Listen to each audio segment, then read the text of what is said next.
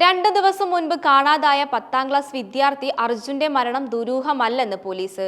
വീടിനു സമീപത്തെ കിണറ്റിൽ നിന്നും അർജുന്റെ മൃതദേഹം കണ്ടെത്തിയത് ആത്മഹത്യ ചെയ്തതാണെന്ന് പോലീസിന്റെ പ്രാഥമിക നിഗമനം. അർജുൻ പരപ്പങ്ങോട് ശ്രീകൃഷ്ണസ്വാമി ക്ഷേത്രത്തിലെ ഉത്സവത്തിന് അന്നദാനത്തിൽ പങ്കെടുക്കാൻ പോവുകയാണെന്നാണ് വീട്ടുകാരോട് പറഞ്ഞത്. എന്നാൽ മുത്തശ്ശന്റെ മരണം കാരണം അനുമതി നിഷേധിച്ചതോടെ കുട്ടിയിൽ മാനസിക സമ്മർദ്ദം ഉണ്ടായെന്നാണ് പോലീസ് കണ്ടെത്തിയത്. എന്നാൽ അതേസമയം സഹോദരി ക്ഷേത്രത്തിൽ നൃത്തം അവതരിപ്പിക്കാനായി പോകുന്ന വിവരം അറിഞ്ഞപ്പോൾ അർജുന് വീട്ടുകാരുമായി വഴക്കുണ്ടാക്കി. അതിനോടൊപ്പം IPL കാണാനായി TV ചാർജ് ചെയ്യണമെന്ന് ആവശ്യപ്പെട്ടെങ്കിലും കാര്യമാക്കിയെടുത്തില്ല എന്നുള്ള കാര്യം കൂടി കുട്ടിയെ മാനസികമായി ബാധിച്ചുവെന്നും പോലീസ് അഭിപ്രായപ്പെട്ടു. തിങ്കളാഴ്ച വൈകിട്ട് 6:15-നോടെയാണ് അർജുനെ കാണാതായത്.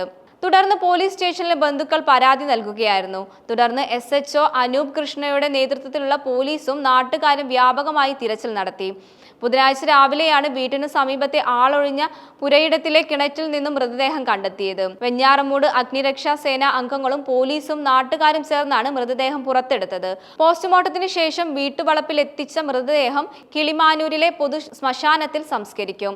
പിരപ്പൻകോട് സർക്കാർ ഹയർ സെക്കൻഡറി സ്കൂളിലെ വിദ്യാർത്ഥിയാണ് അർജുൻ. വെഞ്ഞാറമൂട് തൈക്കോട് സമന്വയ നഗർ മുളങ്കുന്ന് ലക്ഷം വീട്ടിൽ അനിൽകുമാറിന്റെയും മായയുടെയും മകനാണ് അർജുൻ. സഹോദരി മഹേശ്വരി.